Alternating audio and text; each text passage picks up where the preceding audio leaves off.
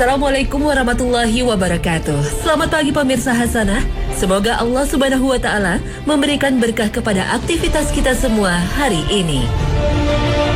Pinjaman, angsuran atau gadaian mungkin menjadi rentetan kata yang sering terdengar oleh telinga. Berhutang dengan cara mengangsur atau menggadaikan barang mungkin pernah kita lakukan. Banyak alasan dan kejadian yang menyebabkan kita harus meminjam kepada teman, perbankan, atau perusahaan jasa keuangan. Lalu bagaimanakah Rasulullah Shallallahu Alaihi Wasallam memandang umatnya yang berhutang? Inilah sebuah hadis yang bisa menjelaskannya. Siapa saja yang berhutang lalu berniat tidak mau melunasinya, maka dia akan bertemu Allah pada hari kiamat dalam status sebagai pencuri. Nah pemirsa, bagaimanakah Islam menuntun umatnya ketika berhutang? Maka simaklah episode Hasanah kali ini. Semoga tayangan ini adalah sebuah program televisi yang bersifat sebagai solusi Islami atas beberapa permasalahan yang Anda temui.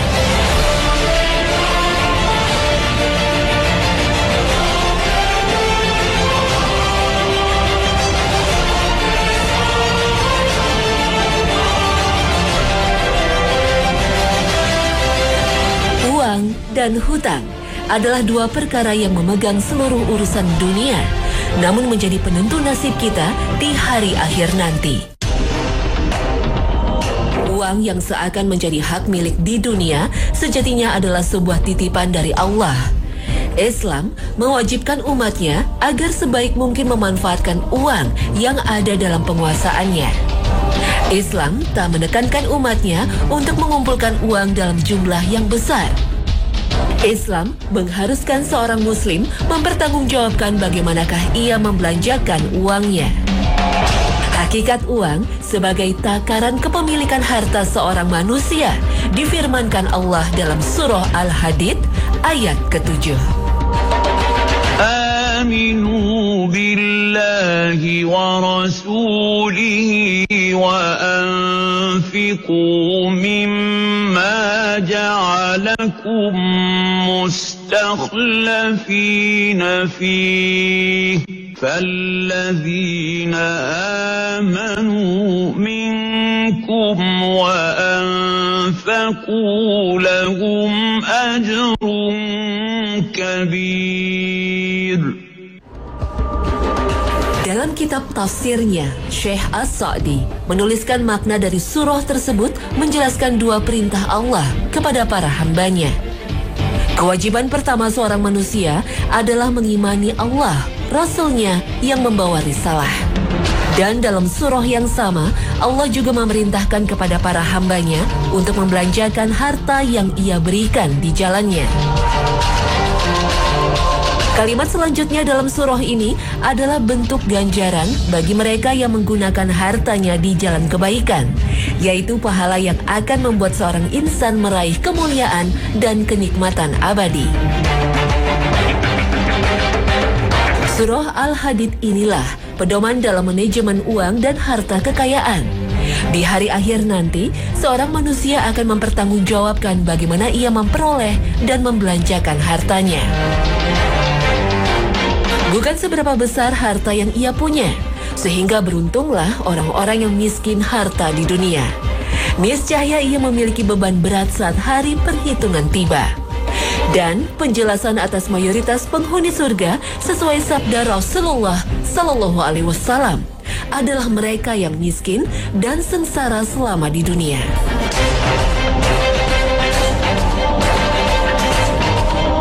Tapi miskin harta bukan berarti tak punya ganjalan untuk menuju surga. Kemiskinan akan membawa seorang manusia kepada sebuah perkara bernama hutang. Dan sebagaimana harta, hutang juga menentukan sifat seseorang setelah masa perhitungan tiba. Dalam hadis riwayat Nasai, Tabrani, dan Hakim, Rasulullah Shallallahu Alaihi Wasallam bersabda,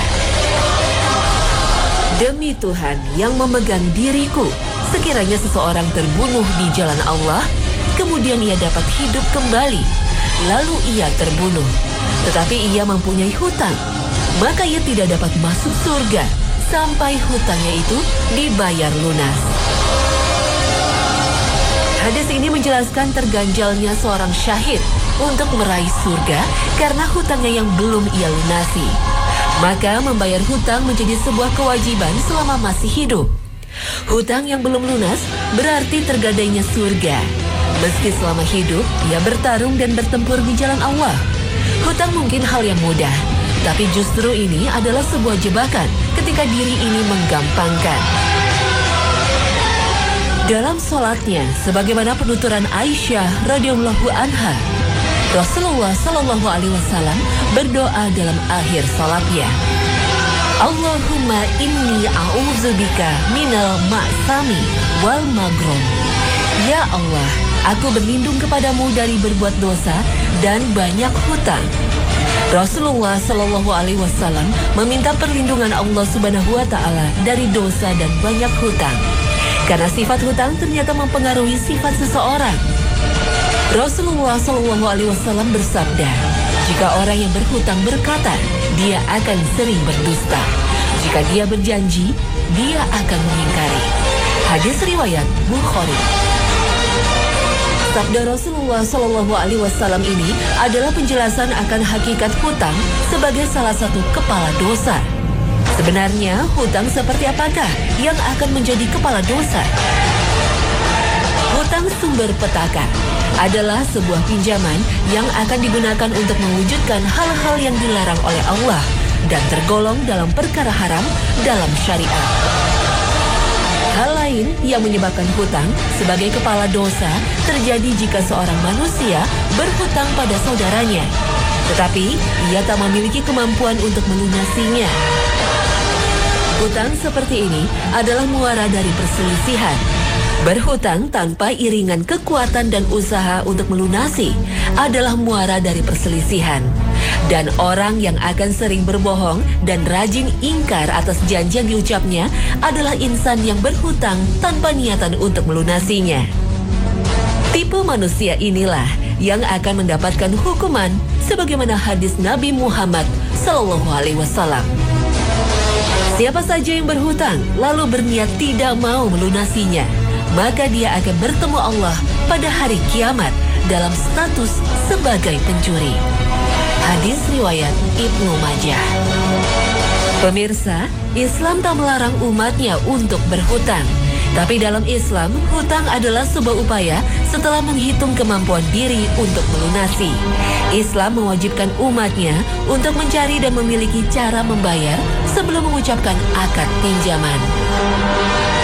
Hutang yang dibolehkan dalam Islam adalah pinjaman dengan jaminan usaha untuk melunasinya. Sehingga, mari kita bersama-sama melakukan evaluasi diri sebesar apakah kemampuan finansial kita dan berapa banyak hutang yang ada. Jangan sampai amalan ibadah hangus tak bersisa di akhirat akibat hutang yang tak lunas.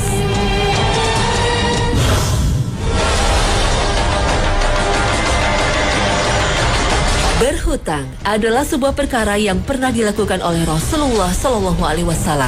Sebagaimana penuturan Aisyah radhiyallahu anha dalam hadis riwayat Muslim. Rasulullah Shallallahu Alaihi Wasallam pernah membeli pangan dari seorang Yahudi dengan cara hutang dalam jangka waktu tertentu. Untuk itu beliau menggadaikan baju besinya. Hadis ini adalah salah satu dalil yang menjadi rujukan ulama atas hukum berhutang. Namun Islam adalah agama penyempurna hidup manusia, sehingga berhutang dalam Islam memiliki aturan dan tata cara. Dengan kata lain, seseorang harus mengetahui adab berhutang sebelum ia melakukannya. Landasan pertama dalam berhutang adalah adanya saksi dan bukti tertulis. Hal ini mengacu pada firman Allah dalam surah Al-Baqarah ayat ke-282. Hai orang-orang yang beriman, apabila kamu bermuamalah tidak secara tunai untuk waktu yang ditentukan, hendaklah kamu menuliskannya. Dan hendaklah seorang penulis di antara kamu menuliskannya dengan benar. Dan janganlah penulis enggan menuliskannya sebagaimana Allah mengajarkannya. Maka hendaklah ia menulis. Dan hendaklah orang yang berhutang itu mengimlakkan apa yang akan ditulis itu. Dan hendaklah ia bertakwa kepada Allah Tuhannya. Dan janganlah ia mengurangi sedikit pun daripada hutangnya. Jika yang berhutang itu orang yang lemah akalnya, atau lemah keadaannya, atau dia sendiri tidak mampu mengimlakkan, maka hendaklah walinya mengimlakkan dengan jujur. Dan persaksikanlah dengan 2 orang saksi dari orang-orang lelaki. Jika tak ada 2 orang lelaki, maka boleh seorang lelaki dan 2 orang perempuan dari saksi-saksi yang kamu ridhoi. Supaya jika seorang lupa, maka yang seorang mengingatkannya. Janganlah saksi-saksi itu enggan memberi keterangan apabila mereka dipanggil. Dan janganlah kamu jemu menulis hutang itu, baik kecil maupun besar, sampai batas waktu membayarnya. Yang demikian itu lebih adil di sisi Allah dan lebih menguatkan persaksian. Dan lebih dekat kepada tidak menimbulkan keraguanmu. Tulislah muamalahmu itu, kecuali jika muamalah itu perdagangan tunai yang kamu jalankan di antara kamu.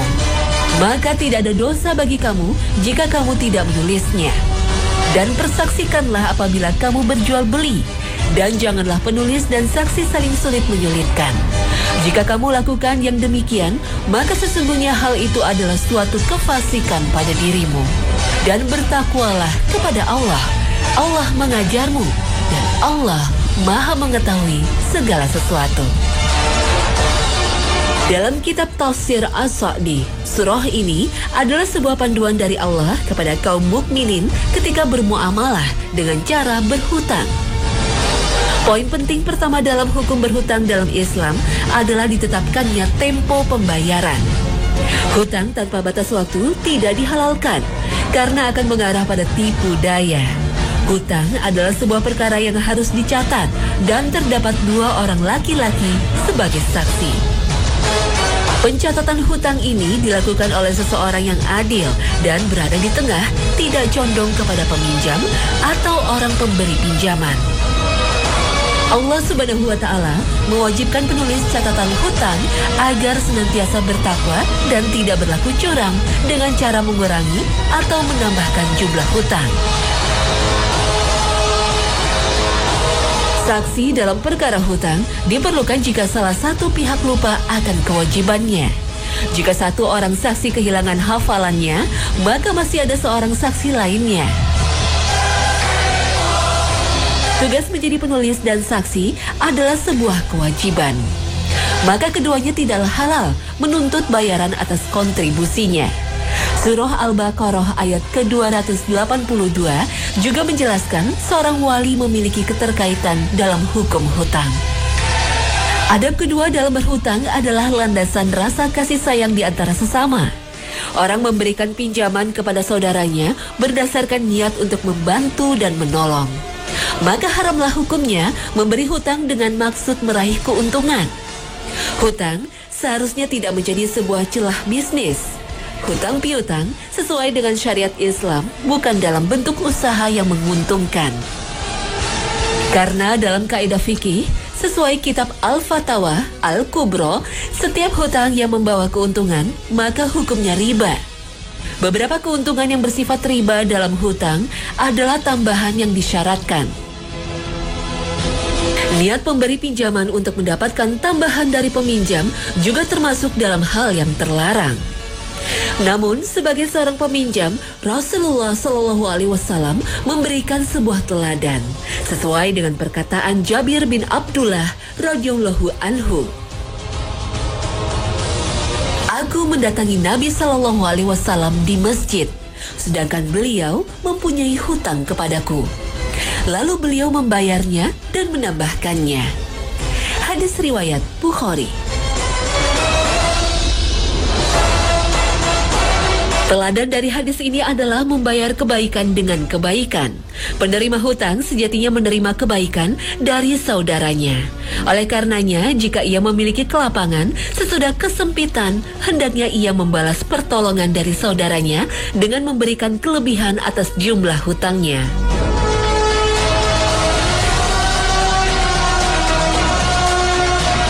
Dalam hadis Bukhari yang lain, Rasulullah Shallallahu Alaihi Wasallam pernah berhutang seekor unta dengan umur tertentu.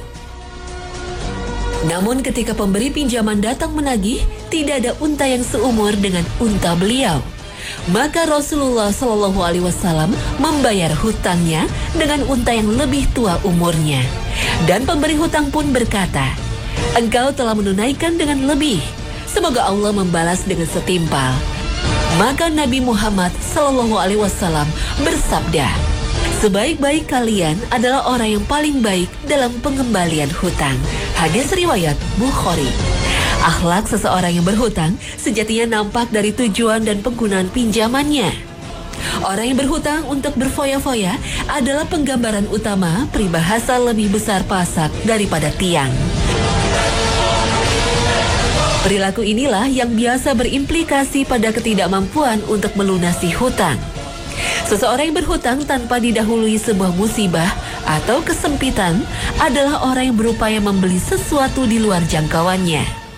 Gaya hidup berhutang demi mengejar prestise dan status bukanlah bagian dari adab berhutang sesuai syariat Islam. Hutang adalah amanah. Maka mengelola pinjaman sama halnya dengan prinsip memimpin.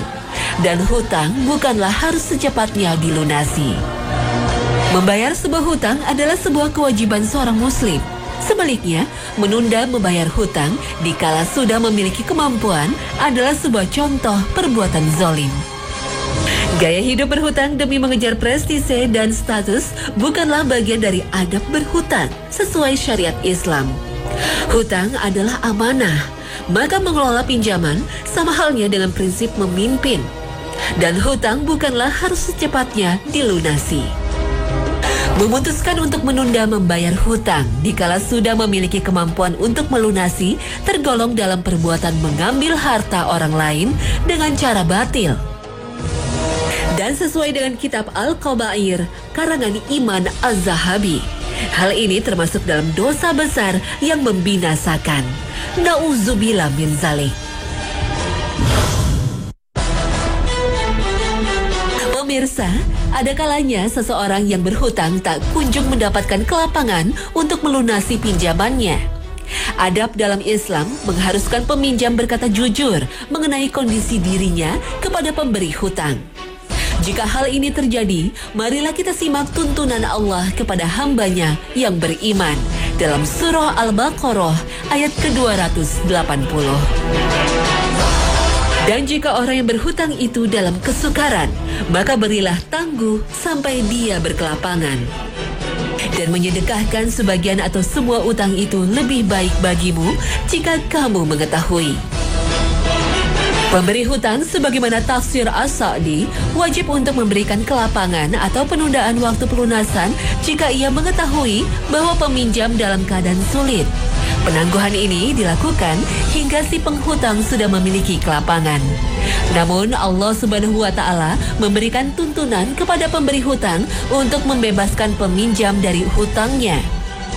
Jika hal ini terjadi, maka inilah bentuk sedekah dari seorang muslim kepada saudaranya. Bersedekah melalui pembebasan hutang adalah salah satu cara Islam membasmi praktek riba. Sedekah dalam bentuk pembebasan atau pemutihan hutang adalah bentuk derma yang mulia. Apabila banyak saudara muslim memutihkan pinjaman saudaranya, niscaya praktek bunuh diri karena lilitan hutang akan sirna. Kemampuan untuk menangguhkan hutang saudara seakidah adalah cara manusia untuk meraih naungan Allah ketika hari kiamat tiba. Hal ini merujuk pada sabda Rasulullah Shallallahu Alaihi Wasallam dalam riwayat Ibnu Majah. Barang siapa yang ingin dinaungi Allah dengan menaungannya pada hari kiamat, maka hendaklah ia menangguhkan waktu pelunasan hutang bagi orang yang sedang kesulitan. Atau hendaklah ia menggugurkan hutangnya. Kemampuan untuk membebaskan hutang seseorang bukanlah sebuah kesanggupan yang mudah. Butuh pendalaman makna bersaudara hingga akhirat untuk melakukannya. Memutihkan hutang membutuhkan dua syarat. Pertama adalah kemampuan finansial. Dan yang kedua, kekuatan hati untuk menolong saudara yang lemah. Saudara yang ditimpa musibah, kemalangan, kesulitan, dan kesempitan adalah sebuah ladang amal. Saat dirinya ditimpa musibah dan mendapatkan kemalangan, ini waktu untuk mengulurkan tangan dan memberinya harapan. Jika ia sulit dan sempit, kita sedang dalam kelapangan dan kelebihan, maka inilah saatnya bersedekah. Karena Rasulullah SAW telah bersabda dalam hadis riwayat Ibnu Majah, seorang muslim yang memberi hutang kepada sesamanya sebanyak 2 kali, sama halnya dengan bersedekah 1 kali.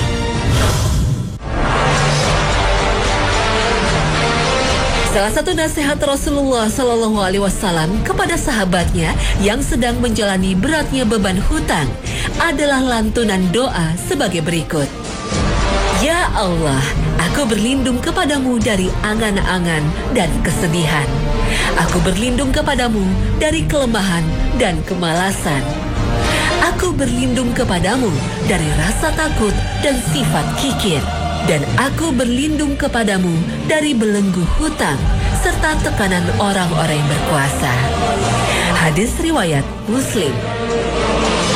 Berdasarkan doa tersebut, Rasulullah SAW menjelaskan secara tersirat bahwa hutang akan berujung pada ketidakberdayaan dan hilangnya kemandirian. Hadis Nabi ini sejatinya berlaku umum. Kebebasan dan kemerdekaan dari hutang akan membuat seorang pribadi, sebuah keluarga, dan satu bangsa menjadi berdaulat dan bermartabat. Orang yang bebas dari hutang jauh dari rasa was-was. Hidup terasa lapang karena tak terbebani ketakutan. Tak punya uang saat penagih datang. Sebuah keluarga yang terbebas dari hutang niscaya lebih tentram karena tak ada rasa khawatir akan datang tamu tak diundang yang sering mengancam dan memberi tekanan. Dan sebuah bangsa yang merdeka dari hutang punya kemampuan penuh menentukan arah pembangunan bangsanya. Tapi, menurut teori ekonomi, hutang dari sebuah bangsa adalah sebuah perangsang pertumbuhan. Pembangunan dan peningkatan sarana dan prasarana untuk kepentingan publik hanya bisa terjadi jika ada suntikan dana dari pihak luar. Hutang, jika parameternya negara, adalah penjamin keberhasilan pembangunan. Kita seharusnya sadar bahwa hutang harus dikelola dengan benar, agar sesuai dengan sifatnya sebagai bantuan, bukan sandaran. Kemandirian bisa diwujudkan dengan cara berdiri tegak di atas kaki sendiri, bukannya bertumpu pada kaki buatan hasil pinjaman. Hutang yang menjadi pencetus pembangunan adalah dana untuk membangun sarana dan fasilitas untuk jamaah dalam wadah warga Indonesia beragama Islam. Nah pemirsa, semoga kita memiliki kemampuan untuk menjauhkan hutang dalam kehidupan. Andaikan harus meminjam, kita berdoa agar mampu membayar tepat waktu. Dan andaikan ada saudara bangkrut dan terlilit hutang, kita memiliki kekuatan dan kesempatan untuk bersedekah, membantu pemutihan hutangnya. Amin, Allahumma amin. Nah pemirsa, inilah akhir kebersamaan kita. Terima kasih atas kesetiaan Anda menyaksikan Hasanah di Trans 7. Kami mohon maaf jika ada penyampaian narasi atau penayangan gambar yang tidak berkenan. Semoga tayangan ini menjadi salah satu tayangan favorit Anda karena kedalaman informasi Islaminya. Akhir kata, wassalamualaikum warahmatullahi wabarakatuh.